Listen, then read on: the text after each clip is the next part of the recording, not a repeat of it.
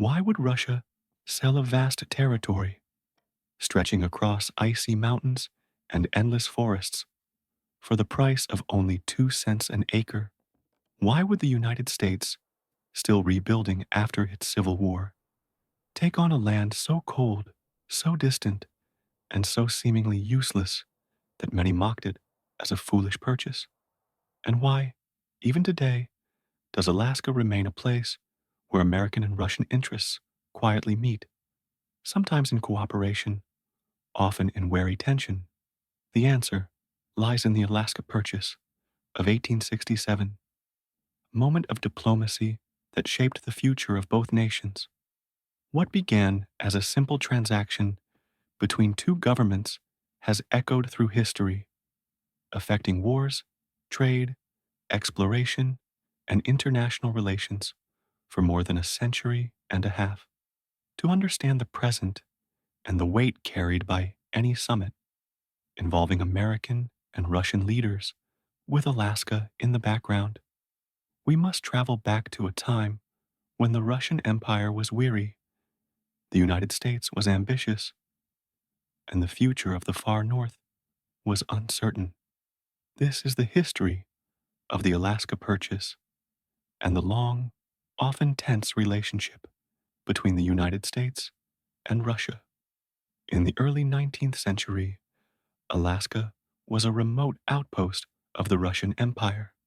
For thousands of years, long before European arrival, it had been home to indigenous peoples, the Aleut, the Tlingit, the Yupik, and many others, each with cultures adapted to the harsh northern environment. They hunted whales, fished salmon, carved tools from ivory, and traded across networks that stretched along the coasts and into Siberia. Russia's presence in Alaska began in the 18th century with the voyages of Vitus Bering, a Danish explorer sailing under the Russian flag. His 1741 expedition mapped parts of Alaska's coast, and soon after, Russian fur traders followed. The Russian-American Company, chartered by Tsar Paul I in 1799, was granted monopoly control over trade and settlement in Alaska. The fur trade, particularly the prized sea otter pelts, became the main reason for Russia's presence. Yet Russia's grip on Alaska was never strong. The settlements were small and scattered, often clinging to the coastline. Supplies had to travel enormous distances, either by ship from Siberia or from around Cape Horn at the tip of South America. The harsh climate and limited agricultural potential made sustaining large colonies impossible. Russian officials and merchants struggled constantly to maintain their foothold. By the mid 19th century, the empire's attention was pulled elsewhere. The Crimean War, fought from 1853 to 1856 against Britain, France, and the Ottoman Empire, had drained Russian resources and exposed its military weaknesses. Russia feared that in another war, especially with Britain, Alaska could easily be lost without compensation. British controlled Canada sat just across the border, and the Royal Navy was far more powerful than Russia's Pacific Fleet. At the same time, interest in Alaska's fur trade had already begun to decline. The once abundant sea otters were hunted nearly to extinction, reducing the colony's economic value. For Russia, Alaska was no longer the rich prize it had once seemed. Thus, the Russian government began to consider an unusual solution, selling Alaska outright. The idea was not entirely new. As early as the 1850s, Russian officials discussed transferring the territory to another power, and the United States was the most logical buyer. Why the United States? Geography played a role. Alaska lay across from American territory, and Russia believed the U.S. would be more trustworthy than Britain, its imperial rival. Furthermore, Russia and the US had shared a generally positive relationship through much of the 19th century. Russia had supported the Union during the American Civil War, even sending naval squadrons to US ports in a gesture of goodwill. Selling Alaska to the United States would strengthen that bond while denying Britain a new foothold on the Pacific coast. For the United States, the 1860s were a time of expansion and reconstruction. The Civil War had ended in 1865, and while the nation was healing, its leaders were also looking outward. Manifest destiny, the belief that America's destiny was to expand across the continent, still shaped policy. Adding new territory fit naturally into that vision. At the center of this story was William H. Seward, Secretary of State under President Andrew Johnson. Seward was a strong believer in American expansion. He imagined the United States not confined to its existing borders, but stretching into the Pacific, influencing trade with Asia and projecting power across the globe. To him, Alaska was not a barren wasteland, but a stepping stone toward that future. Thus, the stage was set. Russia, burdened by Alaska, was willing to sell. The United States, under Seward's guidance, was willing to buy. What remained was the delicate work of negotiation and the convincing of a skeptical public. William Henry Seward, born in 1801 in New York, had built his reputation as a skilled politician and a man of vision. Before becoming Secretary of State, he had served as a governor, a senator, and an opponent of slavery. Under President Abraham Lincoln and later Andrew Johnson, he became one of the most influential voices in shaping America's foreign policy. Seward was no stranger to controversy. During the Civil War, he had managed difficult diplomatic relations with European powers, ensuring that Britain and France did not intervene on behalf of the Confederacy. His skill in balancing diplomacy with quiet pressure had helped preserve the Union, but after the war, his focus shifted. He believed that America's future strength depended not only on healing its divisions, but also on expanding its reach. It was in this mindset that Seward considered Russia's offer. As early as 1859, before the Civil War, there had been quiet discussions between Russian and American officials about Alaska. At the time, the conflict within the United States delayed any serious action, but by 1866, negotiations had revived. The Russian minister in Washington, Baron Edward de Steckel, approached Seward with renewed interest in a sale. De Steckel, a seasoned diplomat, understood both the needs of his own government and the possibilities of American ambition. He had long lived in Washington and moved comfortably among American politicians. It was he who carried the message that Russia was ready to part with Alaska. The talks began in earnest in early 1867. The atmosphere was cautious, yet hopeful. Russia was determined to secure a fair price, and the United States was wary of committing to such a large purchase so soon after the financial strain of the Civil War. Yet both sides shared a sense of opportunity. Late at night, in Seward's home in Washington, discussions unfolded. The rooms were lit by lamplight, the air thick with cigar smoke, and maps of Alaska spread across tables. Seward, with his characteristic energy, argued passionately for the purchase. De Steckel, calm and deliberate, weighed the risks and benefits on behalf of the Russian crown. On the evening of March 29, 1867, after hours of negotiation, the two sides reached agreement. The price would be $7.2 million.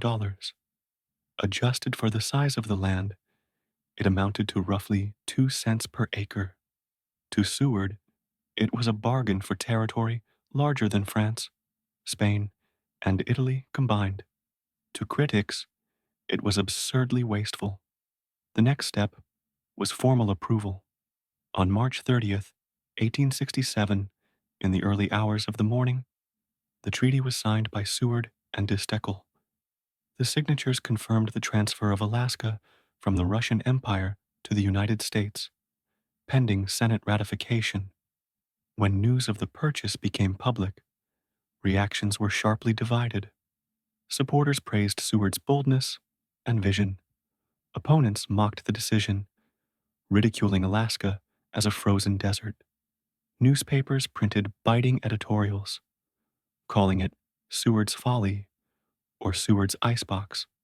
Some joked that the only things the United States had gained were polar bears, walruses, and endless snow.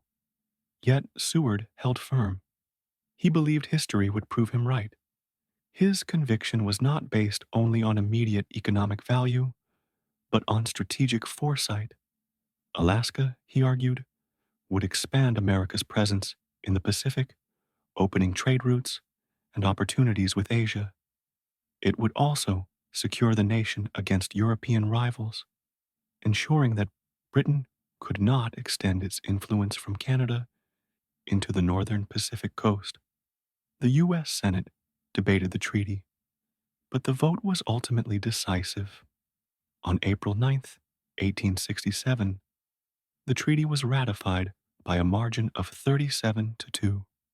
President Andrew Johnson approved the transaction, and on May 28th, the House of Representatives authorized the payment. On October 18th, 1867, in a small ceremony at Sitka, the capital of Russian America, the transfer became official. Russian troops lowered the imperial flag, and American soldiers raised the stars and stripes. The moment was solemn and quiet, yet it marked a turning point in the history of both nations. For the indigenous peoples of Alaska, however, the event carried a different meaning. Neither Russia nor the United States had consulted them about the transfer of their lands. The sale was conducted entirely as a transaction between empires, disregarding the rights and sovereignty of those who had lived on the land for centuries. In the decades to come, Native communities would face new pressures, changes, and challenges under American rule. Despite controversy, the purchase was complete. The United States now owned Alaska, and William Seward had staked his reputation on a gamble that many still doubted. In time, the wisdom of his decision would be tested by discoveries that lay hidden beneath Alaska's frozen ground. In the years immediately following the purchase, Alaska remained quiet and little changed. For many Americans, the land seemed distant and unimportant. The population was sparse, the climate severe, and the economic promise uncertain. Government officials in Washington often did not know what to do with this vast new territory, and the nickname Seward's Folly lingered in public conversation. Yet slowly, over the decades, Alaska began to reveal its value. What had once been dismissed as barren wilderness proved to be a land of extraordinary natural wealth. The first major discovery came in the late 19th century: gold. Prospectors searching the northern wilderness struck rich deposits, setting off waves of migration. The Klondike Gold Rush of 1896, though technically across the border in Canada's Yukon Territory, spilled heavily into Alaska. Towns such as Skagway and Nome swelled with miners, merchants, and fortune seekers. The hardships were immense: freezing temperatures, treacherous terrain, and long winters. Yet the lure of gold drew tens of thousands. Gold fever transformed Alaska's image. What once had been mocked as worthless now gleamed with promise. The land that critics had ridiculed for costing too much was suddenly seen as a bargain. Wealth flowed not only in gold, but also in the infrastructure built to support mining, trails, ports, and small settlements that would grow into permanent communities. Beyond gold, Alaska held other treasures. Its fisheries proved abundant, especially salmon, which supported both native traditions and commercial industries. Whaling in the Arctic waters supplied oil for lamps in the late 19th century. Timber from Alaska's forests added to the economic resources. Gradually, industries took shape that tied the territory more closely to the American economy. But the greatest wealth of all lay hidden for much longer: oil. In the 20th century, petroleum exploration uncovered reserves that would make Alaska a vital source of energy. The discovery of oil at Prudhoe Bay in 1968 transformed the territory's economy and global significance. The construction of the Trans-Alaska Pipeline System in the 1970s carried crude oil across the state, linking the icy northern fields to southern ports. Oil revenues reshaped Alaska. They brought prosperity, funded state services, and provided dividends to residents through the Alaska Permanent Fund.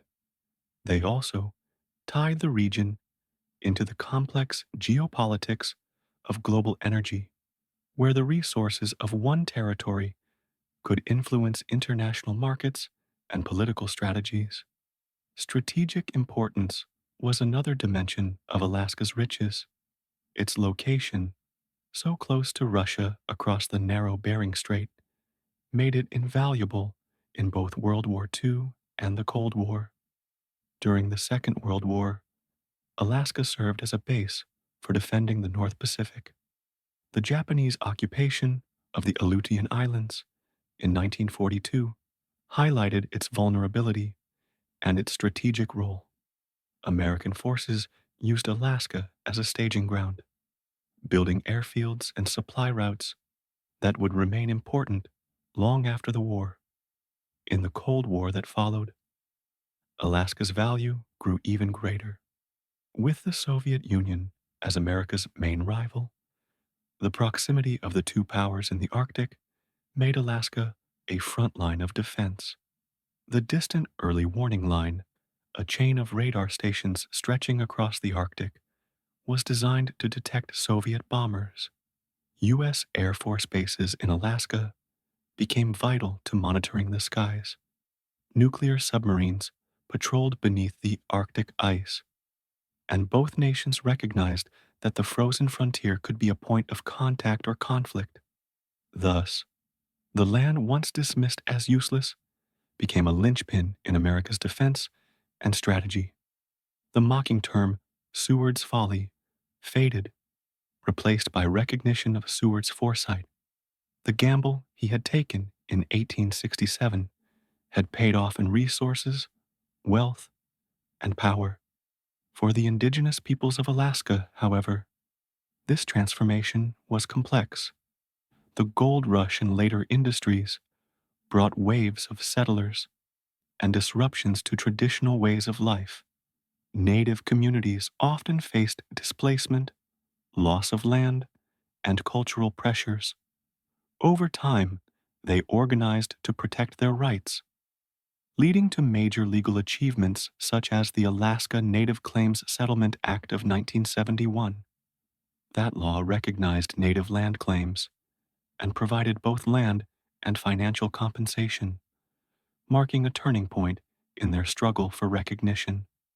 By the mid-20th century, Alaska had fully emerged from obscurity. In 1959, it achieved statehood, becoming the 49th state of the United States. The flag of the Union was adjusted to include Alaska's single star before Hawaii's addition brought the number to 50. Statehood was not just symbolic, it confirmed Alaska's role as a permanent and vital part of the nation. What had begun as a controversial purchase had become one of America's greatest territorial acquisitions. Alaska was rich in gold, oil, fish, and timber. It was strategically positioned between continents. It was vast, beautiful, and enduring. The wisdom of Seward's gamble had been proven, yet even as Alaska brought prosperity, it also remained a place of tension. The same geography that made it valuable also made it vulnerable. To the west lay Russia, its former owner, and America's greatest rival in the Cold War. Between them, the narrow waters of the Bering Strait carried not only currents of the sea, but also currents of history, memories of the sail, shadows of rivalry, and the possibility of future confrontation. When the Second World War ended in 1945, the uneasy alliance between the United States and the Soviet Union quickly dissolved into rivalry. Two nations, once joined against a common enemy, became locked in a global contest of ideology, military strength, and influence. This era, remembered as the Cold War, lasted for more than 4 decades. Alaska, lying only 55 miles across the Bering Strait from Russia's eastern coast, suddenly stood at the very edge of this confrontation. What had once been seen as a remote frontier became one of the most strategically sensitive regions in the world. The first signs of Alaska's importance came during World War II itself. In 1942, Japanese forces invaded and occupied the Aleutian Islands of Attu and Kiska. Though far smaller than the battles of Europe or the Pacific, the Aleutian Campaign marked the only time during the war that foreign troops occupied American soil. The harsh conditions tested soldiers on both sides, with fog, cold, and isolation making combat as dangerous as the enemy. When U.S. forces retook the islands in 1943, the memory of invasion underscored Alaska's vulnerability. After the war, this vulnerability shaped American defense planning. As the Soviet Union tested nuclear weapons and developed long-range bombers, Alaska's location became crucial.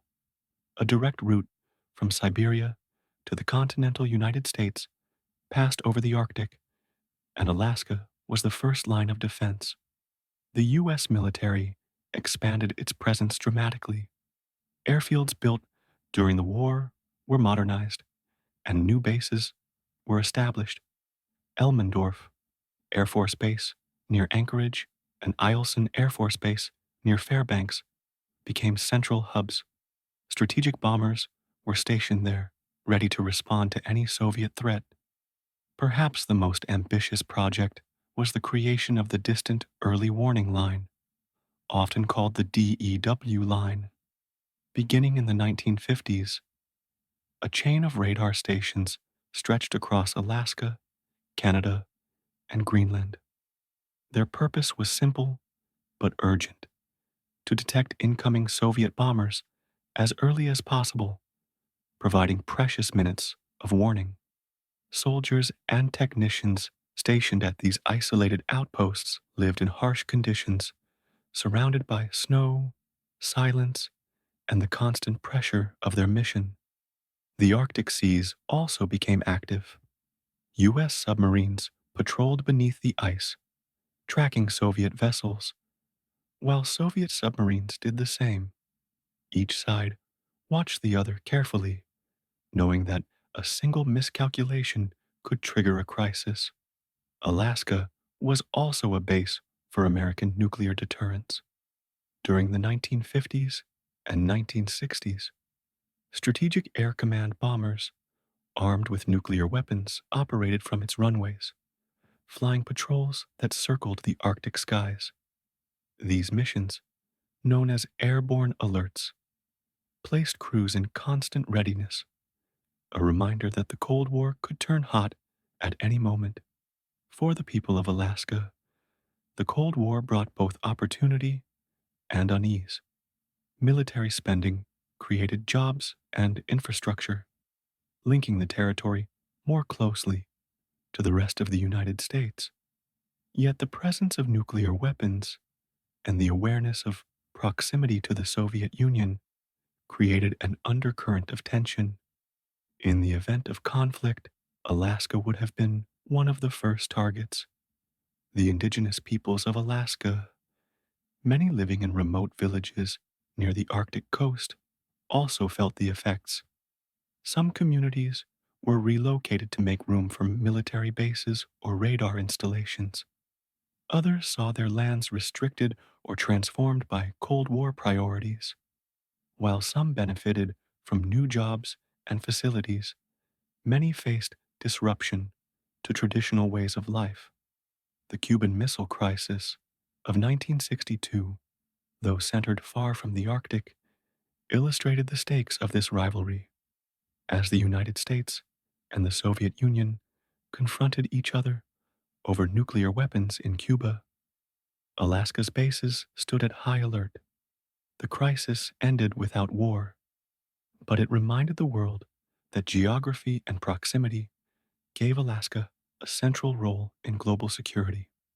As technology advanced, so too did Alaska's military importance. In the 1970s and 1980s, the development of intercontinental ballistic missiles shifted the balance. Radar and missile defense systems in Alaska were upgraded to track new threats. The vast skies of the North became a constant stage for exercises, patrols, and demonstrations of power. At the same time, Alaska's natural resources tied it to the Cold War in another way. The Trans-Alaska Pipeline, completed in 1977, carried oil from Prudhoe Bay to southern ports, fueling not only American energy needs, but also the broader economic struggle between the capitalist West and the communist East. Energy, defense, and geography combined to make Alaska a critical frontier. Despite the tension, there were moments of contact. In 1987, US and Soviet officials agreed to open a friendship flight between Nome, Alaska, and Providenia, a small town on Russia's Chukotka Peninsula. It was a symbolic gesture, reconnecting communities separated by the Cold War but historically linked across the Bering Strait. Indigenous peoples on both sides welcomed the exchange, reminding the world that long before borders and rivalries, these lands and waters had been shared. When the Cold War drew to a close with the collapse of the Soviet Union in 1991, Alaska's role as a front line eased but did not vanish. The military presence remained, and the proximity to Russia continued to matter. The Cold War had carved Alaska deeply into the strategic consciousness of both nations, from radar domes on frozen ridges to submarines moving silently under Arctic seas. Alaska had been at the heart of the standoff. It was a place where silence carried the weight of nuclear possibility and where the distance of only a few dozen miles symbolized the vast gulf between two superpowers. Throughout the Cold War, moments of sharp rivalry were punctuated by carefully arranged meetings between American presidents and Soviet leaders. These summits, often held in neutral cities, far from the tense frontiers, were stages on which the two superpowers attempted to ease hostility, prevent miscalculation, and search for limited cooperation. Alaska, though seldom the site of such meetings, lingered always in the background. Its geography served as a reminder that the two nations were not distant opponents, but close neighbors, divided only by a narrow stretch of sea. Any handshake across a conference table carried with it the unspoken knowledge that Alaska's shores were within sight of Russia's. One of the earliest landmark summits came in 1945 at Yalta, where Franklin Roosevelt, Winston Churchill, and Joseph Stalin discussed the final stages of World War II and the post war world. Though not yet called a summit in the modern sense, it set the pattern, leaders meeting face to face, surrounded by tension, making decisions that would echo for decades. During the Cold War, summits became highly symbolic. In 1959, Soviet Premier Nikita Khrushchev traveled to the United States, visiting President Dwight Eisenhower. It was a striking moment. The leader of the communist bloc walking the streets of Washington and touring American farms. While the meeting ended without major agreements, it revealed the importance of personal contact in managing rivalry. Later summits carried even higher stakes. In 1961, John F. Kennedy met Khrushchev in Vienna. The encounter was tense, with little progress, but it underscored how essential direct dialogue had become. The Cuban Missile Crisis, the following year, showed the danger of miscommunication and how quickly the world could slide toward catastrophe. By the 1970s, the concept of détente, a relaxation of tensions, gave summits a new role. In 1972, Richard Nixon met Leonid Brezhnev in Moscow.